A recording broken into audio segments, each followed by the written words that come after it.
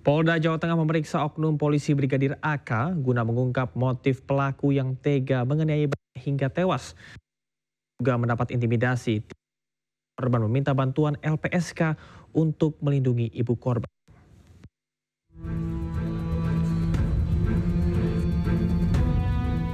Penyidik Direktorat Reserse Kriminal Umum Polda Jawa Tengah tengah memeriksa dan mendalami motif oknum anggota Intelkam Polda Jawa Tengah, Brigadir AK, yang tega menganiaya bayinya sendiri berusia 2 bulan hingga meninggal. Kini oknum polisi tersebut ditempatkan di ruang khusus selama 30 hari ke depan untuk proses pemeriksaan Bitpropam. Selain proses pidana, Brigadir AK juga akan menjalani pemeriksaan kode etik. Sementara itu, polisi sudah meminta keterangan dari 3 orang saksi, yaitu pelapor atau ibu korban, pihak rumah sakit, serta terlapor. Polda Jawa Tengah telah melakukan proses penyidikan terhadap dugaan dari anggota atas nama Brigadir AK yang telah menghilangkan nyawa seorang anak. Dan kemarin proses penyidikan sudah dimulai dan yang bersangkutan juga dilakukan proses kode etiknya. Dan dari kemarin juga yang bersangkutan sudah dilakukan penahanan di penempatan khusus selama 30 hari ke depan. Sebelumnya Minggu 2 Maret 2025, korban NA dititipkan oleh pelapor DJ kepada terlapor AK di mobil saat ingin berbelanja ke Pasar Peterongan, Semarang, Jawa Tengah. Usai berbelanja, DJ kembali ke mobil dan mendapati kondisi anaknya dalam keadaan tidak wajar, sehingga dibawa ke Rumah Sakit Rumani, Semarang. Namun naas sang anak meninggal sehari kemudian. Peristiwa tersebut kemudian dilaporkan DJ ke Polda Jawa Tengah 5 Maret 2025. Diduga mendapat intimidasi usai melaporkan kasus pembunuhan anaknya, DJ mendatangi kuasa hukum untuk meminta perlindungan. Pasalnya korban tewas merupakan anak hasil hubungan gelap DJ dengan oknum anggota Intelkam Polda Jawa Tengah.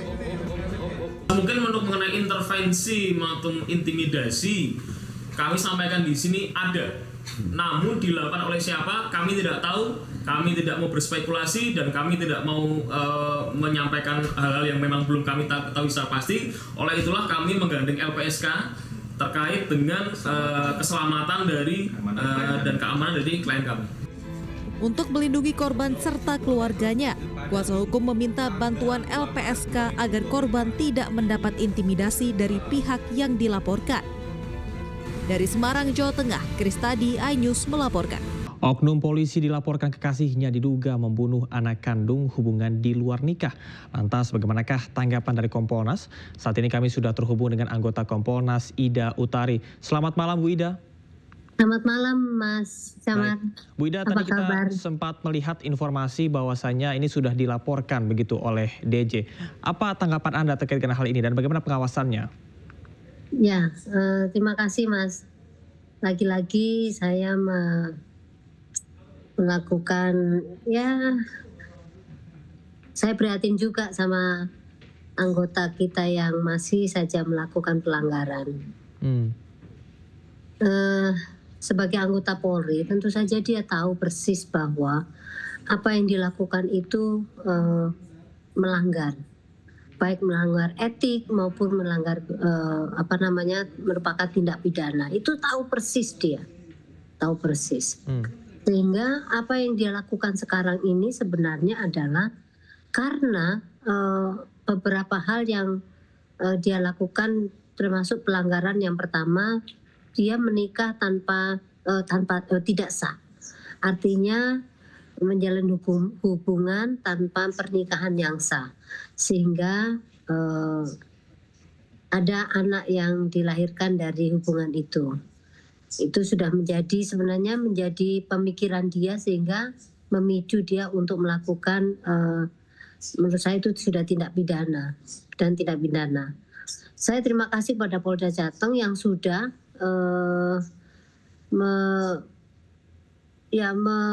menangkap yang bersangkutan berdasarkan laporan oleh istri dalam tanda petik karena dia tidak menikah secara sah kepada Polda Jateng, dan sudah dilakukan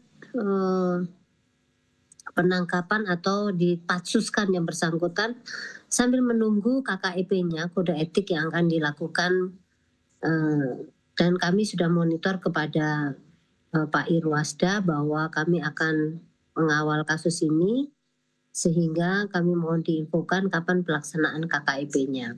Baik Bu Ida, artinya imbauan dari Kompolnas bahwasannya nantinya akan dilakukan penahanan kemudian juga pencopotan jabatan? Yang bersangkutan seorang bintara, tentu dia tidak mempunyai jabatan perwira, jadi yang bersangkutan adalah bintara. Sekarang yang bersangkutan sudah dipatsuskan di tempat khusus, sudah tidak lagi bekerja tetapi dipatsuskan, dan prosesnya sudah berjalan oleh Bitpropam. Sebentar lagi akan ada kode etik KKEP-nya, dan proses penyidikan tindak pidananya berjalan. Artinya dua-duanya sudah dilakukan, berjalan. Kalau memang terbukti bahwa yang bersangkutan secara sah dan berdasarkan alat bukti yang ada, bahwa yang bersangkutan memang menghilangkan nyawa seseorang atau bayi tadi, maka dia dikenakan dengan pasal perlindungan anak, yaitu di Undang-Undang Perlindungan Anak, Undang-Undang 23 tahun 2002, dan kemungkinannya juga dicontohkan dengan KUHP-nya. Baik, Bu Ida, apakah nantinya akan diterapkan pasal berlapis, mengingat ini dilakukan kekerasan terhadap anak di bawah umur, dan juga apakah jika nantinya terbukti pembunuhan berencana, ini bisa menjadi pasal berlapis untuk yang bersangkutan? Ya, sebagai anggota Polri kan sebenarnya ada ketentuannya bahwa seorang penegak hukum itu kalau melakukan tindak pidana kan ditambah itu sepertiga dari hukumannya. Tapi begini, ancaman hukumannya yang jelas adalah yang bersangkutan itu akan dikenakan Undang-Undang Perlindungan Anak, itu satu. Kalau memang penyidik meyakini, kan ini lagi proses penyidikan, meyakini bahwa dia akan nanti dilapiskan dengan KUHP di 338, kemungkinannya sangat terbuka, tergantung dari bagaimana penyidik membuka atau mencari alat bukti yang mendukung untuk dari di KUHP tersebut. Baik. Unsur-unsur di KUHP-nya. Baik, Bu Ida, terima kasih banyak atas informasinya, dan kita harapkan bahwasanya kasus ini bisa segera diselesaikan karena mengingat kepercayaan terhadap masyarakat pada institusi Polri. Terima kasih, selamat malam. Ya, baik, selamat malam. Kepolisian Resor Gresik menggelar olah TKP terkait ditemukannya kerangka di dalam mobil polisi yang terparkir di asrama Polsek Ujung Pangkah Senin siang. Polisi juga memeriksa seluruh anggota Polsek Ujung Pangkah.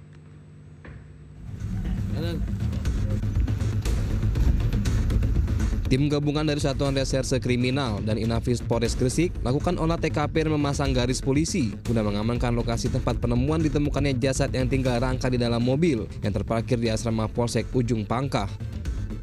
Langkah ini dilakukan untuk mencegah gangguan terhadap proses penyelidikan serta memastikan seluruh bukti yang ada dapat dikumpulkan secara maksimal. Tim forensik juga melakukan identifikasi awal terhadap jasad korban, mengambil sampel untuk keperluan uji laboratorium guna mengetahui penyebab dan perkiraan waktu kematian. Propam Polres Gresik telah melakukan pemeriksaan terhadap seluruh anggota Polsek Ujung Pangkah untuk memastikan ada atau tidaknya keterlibatan pihak internal dalam kasus ini. Selain itu, pihak kepolisian juga telah meminta keterangan dari sejumlah saksi di sekitar lokasi, juga mencari rekaman CCTV di sekitar area Polsek Ujung Pangkah guna mendapatkan petunjuk lebih lanjut. Sudah memasang garis polisi lain sehingga untuk mensterilkan TKP, kami juga sudah berkoordinasi dengan tim medis dan forensik lapor dari Polda. Tadi pagi sudah melakukan olah TKP, mengambil sampel DNA untuk mengetahui identitas korban, dan kami juga sudah menurunkan tim Propam untuk melakukan pemeriksaan terhadap anggota-anggota yang ada di sekitaran Aspol serta saksi-saksi. Jadi yang kami lakukan semuanya untuk mengungkap penemuan mayat yang ada.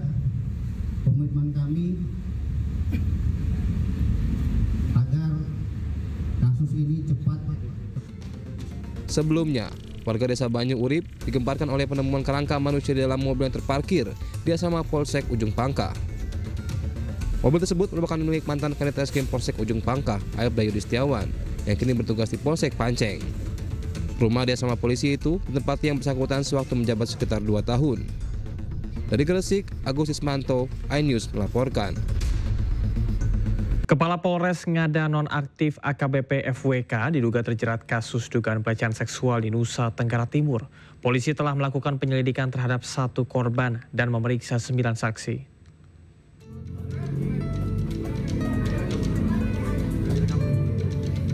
AKBP FWK, Kapolres Ngada nonaktif belum lama ini ditangkap Propam Mabes Polri karena diduga terjerat kasus pelecehan seksual di salah satu hotel di Kota Kupang, Nusa Tenggara Timur. Peristiwa terjadi pada bulan Juni 2024. Saat itu, pelaku diketahui memesan kamar hotel. Pelaku pun ditangkap pada 19 Februari 2025 oleh Divisi Propam Mabes Polri. Selain memeriksa pelaku, polisi juga meminta keterangan korban berinisial I dan 9 orang saksi. Sementara masih dilakukan penyelidikan dan penyidikan lebih dan juga masih ditangani masalah kode etiknya. Oke. Nah, kalau korban yang itu katanya 6 tahun ya? Kemarin satu hasil penyidikan khusus, satu inisial I, nanti masih diperdalam lagi nanti oleh para teman-teman penyidik. Korban AKBP FWK diduga berjumlah lebih dari 1 orang, namun pihak kepolisian masih belum memberikan keterangan terkait korban lainnya. Dari Kupang, Nusa Tenggara Timur, Erman Suni, iNews melaporkan.